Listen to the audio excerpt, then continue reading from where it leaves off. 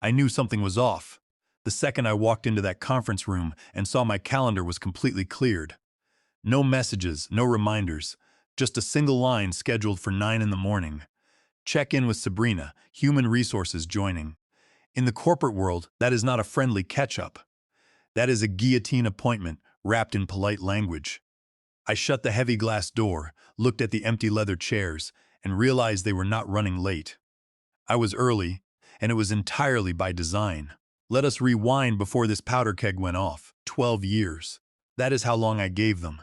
I helped build Zenith Systems out of a cramped, shared office space with water stains on the ceiling tiles, and a microwave that once caught fire because someone tried to heat up an egg sandwich in the wrapper.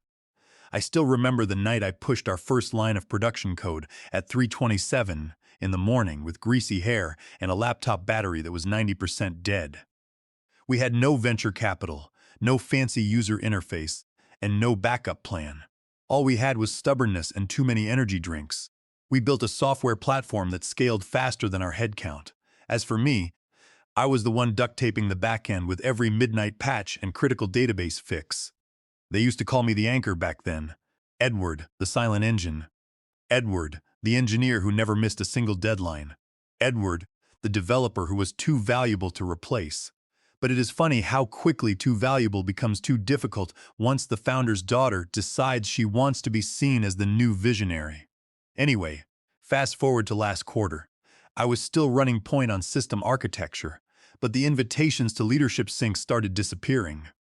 One week it was a calendar error, the next week it was a push to streamline meetings.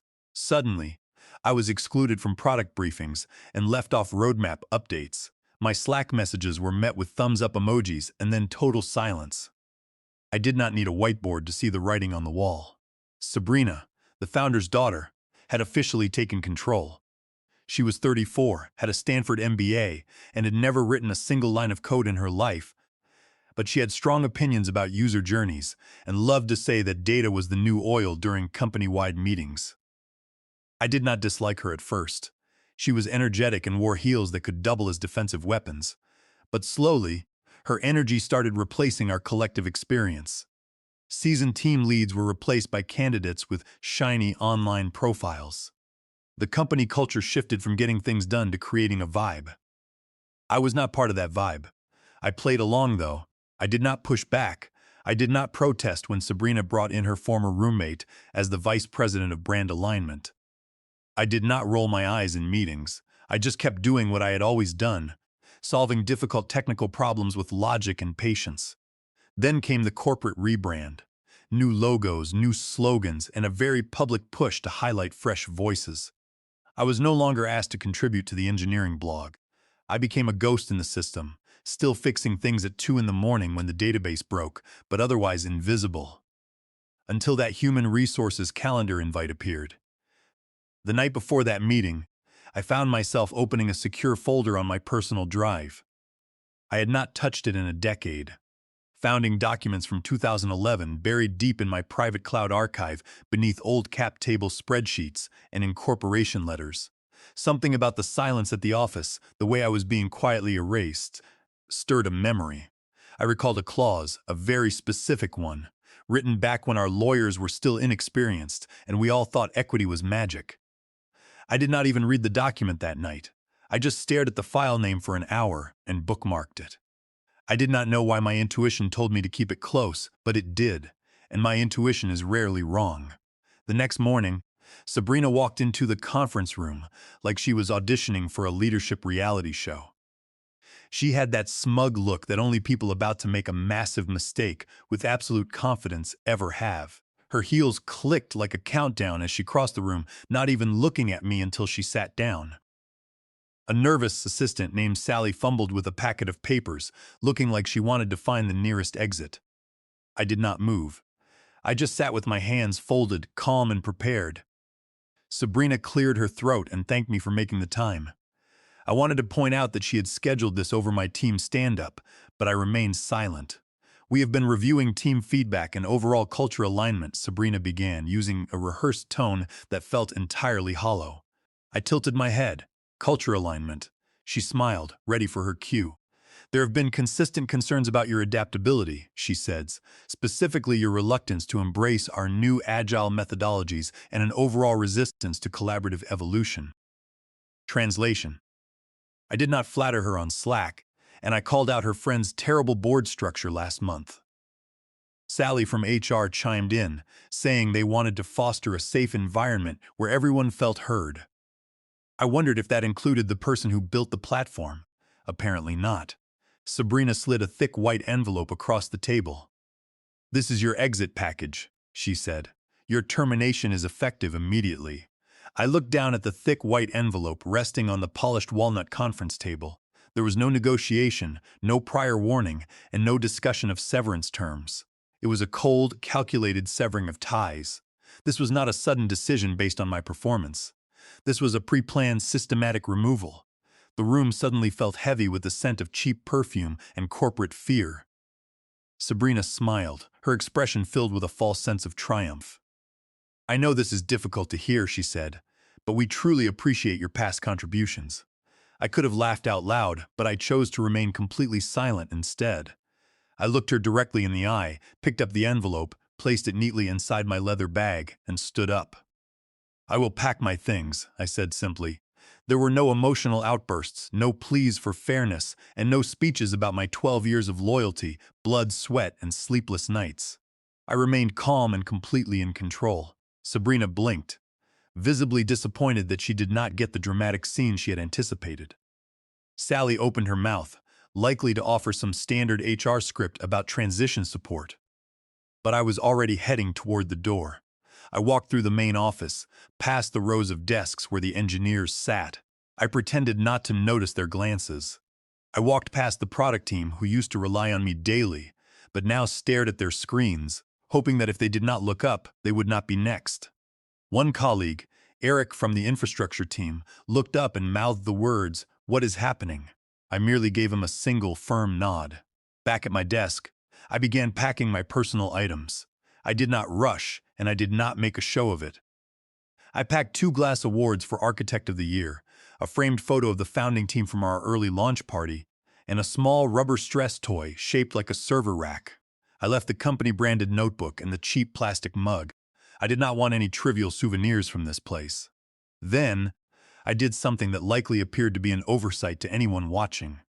I placed my security badge on the desk, and right next to it, I laid a slim black folder. It had no labels or markings, just a plain black cover with a slightly worn edge.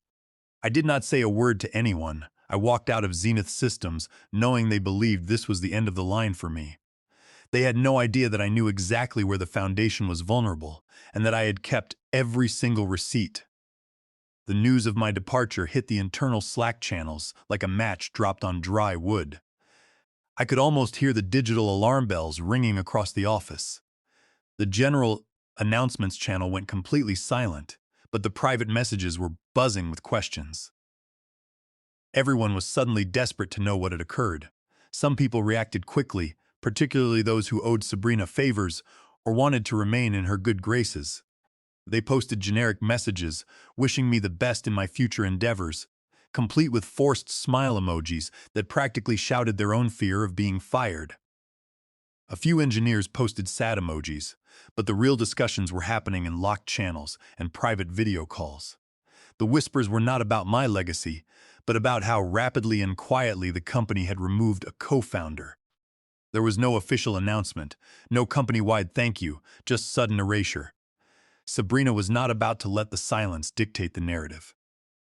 By mid-afternoon, she scheduled an unscheduled company-wide meeting. Her camera was perfectly positioned, and her background featured soft lighting, a plant she had never watered, and a shelf of unread management books.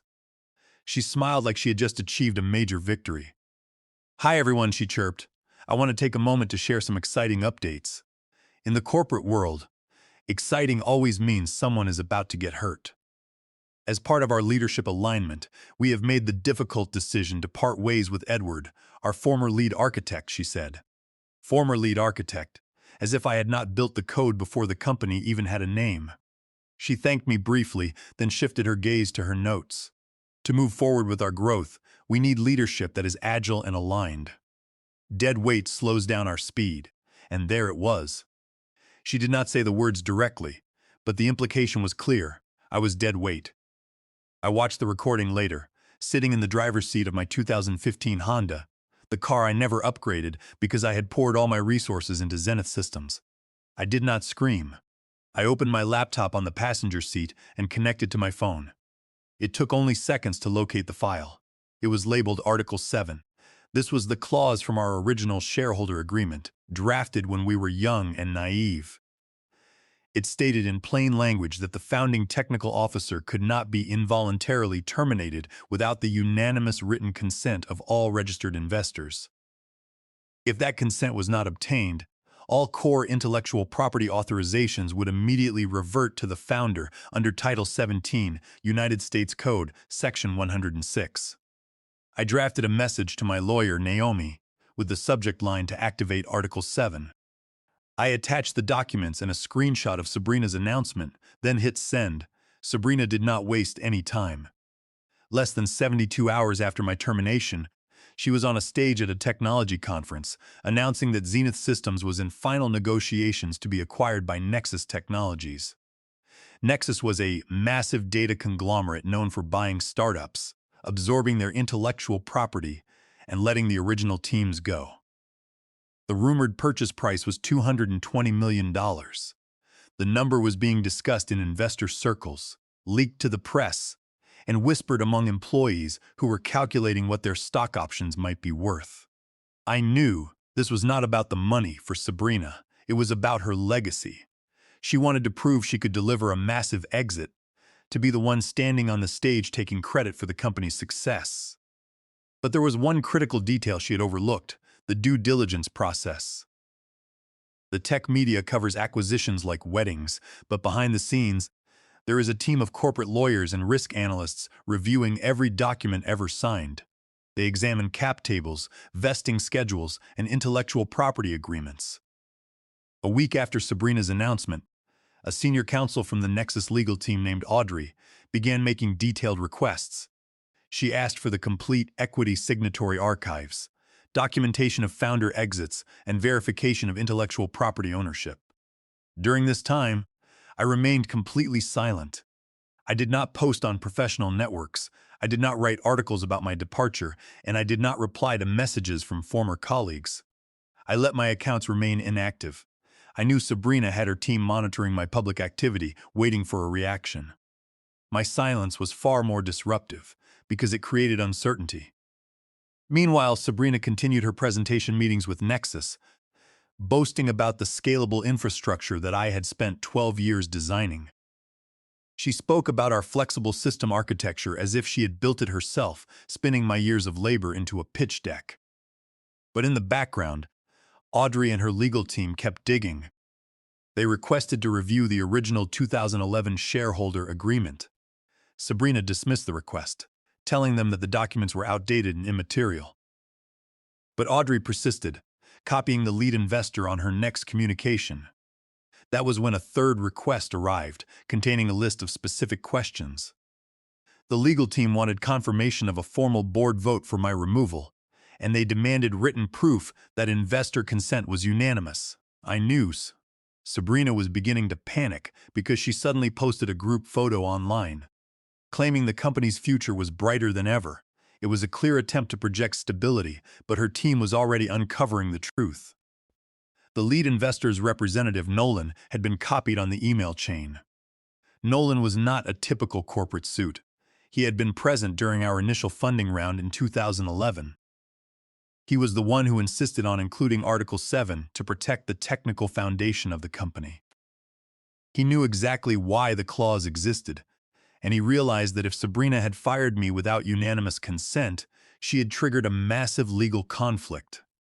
I sat in my kitchen with a cup of coffee, reading the forwarded emails from Naomi. The legal trap was closing, and I did not even have to pull the lever myself. The cracks in Sabrina's plan were beginning to spread. It started with a single email from Nolan to Sabrina, copied to the legal and finance teams, requesting the original signed documents from 2011. Sabrina tried to ignore it, replying that all agreements had been updated during our later funding rounds. But Nolan was persistent. He did not want the updated summaries. He wanted the original signatures. While Sabrina was trying to manage the investors, a junior analyst at Nexus named Tanya was performing a routine audit of our system access logs. She discovered an archived code repository labeled Core Foundation, which had not been modified in years. The repository contained all the foundational code for our platform, and it was stamped with my user identifier, Edward. Next to the identifier was a metadata field, indicating that the intellectual property rights were reserved under our early agreements. Tanya did not fully grasp the legal implications, but she knew it was unusual. She flagged the repository for her manager, who immediately forwarded it to their legal department. The team realized that this was not standard boilerplate. It was a customized intellectual property lock that had been preserved through every software release. Audrey, the lead counsel at Nexus, was known for her meticulous attention to detail.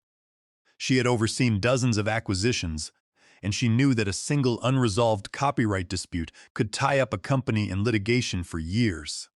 She refused to sign off on the compliance reports, telling the executive board at Nexus that the deal was too risky to proceed without written confirmation of the founding technical officer's exit consent. This created immense pressure on Sabrina's team, who were working round the clock to keep the acquisition alive. During a scheduled diligence call, the Nexus lawyers suddenly stopped the presentation. They muted the line and asked who had authorized the termination of the founding technical officer. The room went silent. Sabrina tried to maintain her composure, claiming they had followed standard procedures. But the Nexus lawyer asked if unanimous investor consent had been obtained, citing Article 7. Sabrina hesitated, claiming the clause had been superseded. The lawyer requested the original documents and the proof of consent by the end of the day, making it clear that the entire transaction was suspended until the matter was resolved. The due diligence process ground to a complete halt. The Nexus acquisition team, which had been sending checklists and scheduling integration meetings, went entirely silent. Calendar invites were canceled, and emails remained unanswered. In corporate transactions, this level of silence indicates a major problem. The issue was Article 7. The clause Sabrina had ignored because she believed I no longer mattered. When the request for clarification regarding my termination arrived, Sabrina tried to downplay the situation. She made phone calls, claiming my role was merely ceremonial and that I had agreed to leave. But experienced investors do not make decisions based on verbal assurances. They look at written agreements and legal risks. And Sabrina had just introduced a massive risk into a $220 million transaction. The corporate headquarters of Nexus in San Francisco was filled with lawyers who understood that buying a company with contested intellectual property was a recipe for disaster. They were not willing to take a single step forward until the ownership of the platform was clear. The engineering team began to sense the trouble as well. As server upgrades were put on hold, and development budgets were frozen, project managers fumbled through team syncs, unable to explain the sudden delay in the acquisition timeline. Nolan, the lead investors' counsel, called for an emergency board meeting. He did not use polite language. He simply demanded attendance. Sabrina's team tried to delay, claiming directors were unavailable, but Nolan refused to reschedule. Inside Zenith Systems, the atmosphere shifted dramatically. The boastful Slack messages ceased, and the public posts about leadership transition disappeared. Even Sally from HR, who had handed me my termination papers with a smile, stopped turning on her camera during internal calls. The entire office could feel the tension of a potential collapse. I did not make any public statements, but I did meet with two people. The first was Naomi, my attorney. We met in a quiet office downtown. She reviewed the documents, the code timestamps, and the public statements made by Sabrina. Naomi explained that under Title 17 United States Code, Section 106, the unauthorized termination meant the license to use my foundational code had reverted to me, making their current platform a case of copyright infringement. The Federal Copyright Act gives the owner exclusive rights to reproduce, distribute, and display the work. Without my consent, Zenith Systems was running an unauthorized copy of the platform, and Nexus could not buy a company that did not own its core technology. Naomi had prepared a formal notice of copyright infringement that was ready to be served to the Zenith Board of Directors. She explained that under the federal copyright laws of the United States, Zenith Systems had no defense for continuing to run the software platform without a valid license. Every day they operated the system, they were accumulating additional legal liability. She also explained that a breach of fiduciary duty under Delaware General Corporation Law Section 141 was a serious charge that could result in the directors being held personally liable for the financial losses of the company. If the acquisition collapsed because of Sabrina's unilateral action, the investors would have every right to sue her for corporate waste and breach of loyalty. The second meeting was with Diana, a veteran technology journalist who had written extensively about corporate misconduct. We met at a small diner. I explained the facts chronologically, without exaggeration. I showed her the agreements and the timeline. Diana listened carefully, took notes on her yellow pad, and remarked that Sabrina's team would soon regret their silence. She was correct. While silence can be managed, documented evidence and legal violations cannot. Shortly after our meeting, the internal legal memo from Zenith Systems was leaked. The document, marked confidential, detailed the massive liability of my termination and the risk of intellectual property reversion. The memo spread rapidly through investor networks and competitor forums. The message was clear. The company had dismissed the engineer who built the core platform, and now they did not own the software they were trying to sell. The fallout was immediate. Dean, a long-serving board member who had been with the company since the early days, resigned without explanation. He realized the legal storm that was coming and wanted to distance himself from the fallout. Another board member demanded immediate legal protection from the company, refusing to be held liable for Sabrina's unauthorized decisions. The chief financial officer tried to reassure the investors, but they responded by copying their risk advisors on every email. Sabrina was losing control of the situation. Her Slack messages went unanswered, and her scheduled meetings were repeatedly postponed. The structure she had built was beginning to crumble. In a desperate attempt to salvage her position, Sabrina ordered the communications team to draft a statement about leadership stability and organizational evolution. But the team refused to release it. One member leaked the draft to Diana, who posted it online with a comment noting that it was too late to repair the damage. I watched the developments from my kitchen, sipping tea as the rain fell outside. The consequences of Sabrina's decisions were unfolding exactly as expected, and I did not have to say a word. The boardroom was silent on Monday morning. The directors sat around the long walnut table, their faces tense. Sabrina sat at the head of the table, flanked by her chief operating officer and the company's general counsel, who looked exhausted. Nolan, the lead investor's representative, sat across the table. He placed a thick leather binder on the table. It contained the original 2011 shareholder agreement. He opened it slowly, turning to page 73, and read Article 7 aloud. His voice was calm and precise. He read the clause stating that the involuntary removal of the founding technical officer required the unanimous written consent of all investors, and that failure to obtain this consent would result in the immediate reversion of all core intellectual property rights to the founder.